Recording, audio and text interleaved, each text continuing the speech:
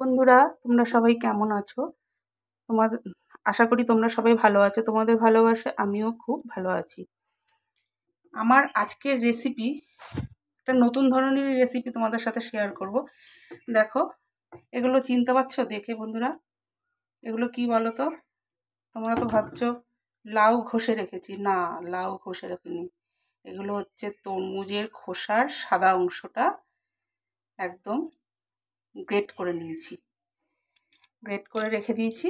এগুলো এবার ভর্তা করব। তরমুজের খোসার ভর্তা। তোমরা কি কেউ খেয়েছো তরমুজের খোসার ভর্তা? যদি না খেয়ে থাকো, এইভাবে একবার করে খেয়ে দেখো। গরম ভাতে খেতে খুব ভালো লাগে। এবার আমি করছি তরমুজের খোসার ভর্তাটা কিভাবে, তোমাদের সাথে সেটাই শেয়ার করব। দেখো, পেঁয়াজ কুচিয়ে রেখেছি, গোটা কাঁচা লঙ্কা চিড়ে রেখেছি, আর এখানে রসুন গ্রেট করে রেখেছি, একটা টমেটো, হাফ টমেটো নিয়েছি। এবার গ্রেট করা রসুনটা সবার আগে আমি তেলের ওপর দিয়ে দিচ্ছি। তেলটা আমার গরম হয়ে গেছে। তেলে দিয়ে দিচ্ছি গ্রেট করা রসুনটা। রসুনটাকে একটুখানি নাড়াচাড়া করে নেব। নাড়াচাড়া করে নিয়ে তারপরে তোমার এর মধ্যে দিয়ে দেবো পেঁয়াজ কুচিগুলো দিয়ে দিচ্ছি। দেখো, পেঁয়াজ কুচিগুলো দিয়ে দিচ্ছি এর মধ্যে। চেরা কাঁচা লঙ্কাটাও দিয়ে দিলাম। দেখো, এইবার এটাকে ভালোভাবে পেঁয়াজটাকে ভালোভাবে ভেজে নিতে হবে আগে। আচ্ছা, টমেটো তার সঙ্গে দিয়ে দিলাম। এবার ভালো করে এগুলো ভেজে নেব লাল লাল করে একটু পেঁয়াজটাকে। দেখো, একটু গ্যাসটাকে বাড়িয়ে দিচ্ছি। কোনো জিনিসই বন্ধুরা ফেলানো যায় না। যদি সুন্দর করে সেটাকে রান্না করা যায় তাহলে খেতেও অপূর্ব লাগে।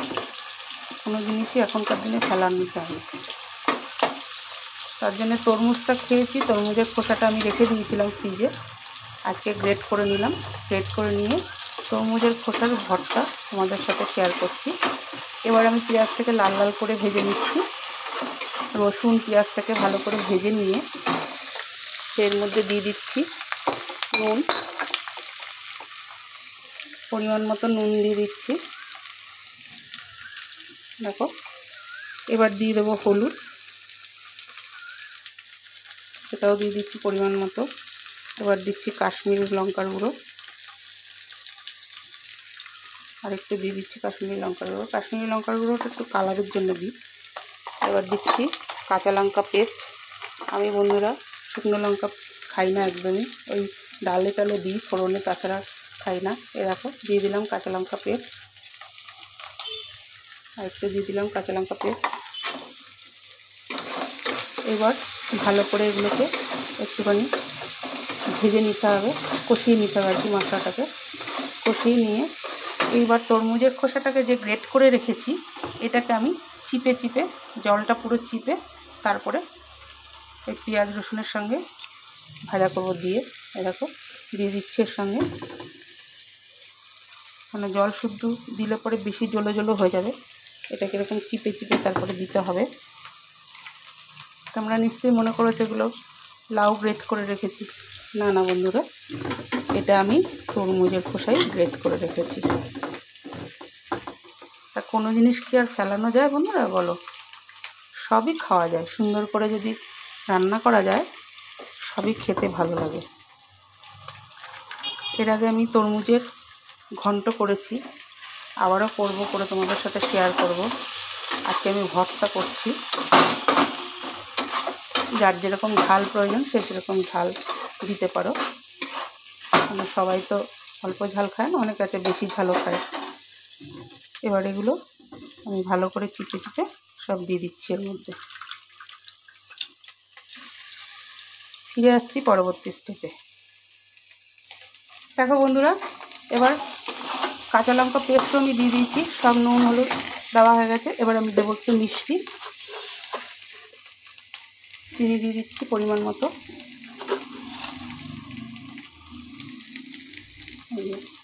দিয়ে দিলাম। এবার সব একসঙ্গে ভালো করে এর সঙ্গে নাড়াচাড়া করতে হবে।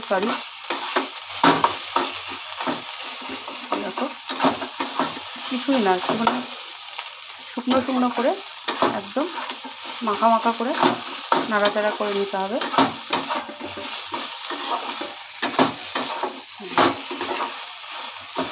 আর একটু নাড়াচাড়া করে আমি গ্যাসটাকে অফ করে দেবো। এর মধ্যে তোমরা ইচ্ছে হলে একটু গরম মশলাও দিতে পারো, না হলে নাও দিতে পারো, অসুবিধা কিছু নেই, সব রকমই খাওয়া যায়। আমি একটুখানি দেবো গরম মশলা নামানোর আগ দিয়ে, আগে একটু ভালো করে নেড়ে নিই। আজ তবে এইটুকু থাক, বাকি কথা কালকে হবে। বন্ধুরা, আজ এই পর্যন্ত। কাল আবার নতুন কোনো ভিডিও নিয়ে হাজির হব। সব শেষে যেটা বলি, সবাই তোমরা সুস্থ থেকো, ভালো থেকো, সাবধানে থেকো। আজকের মতো টাটা, বাই বাই।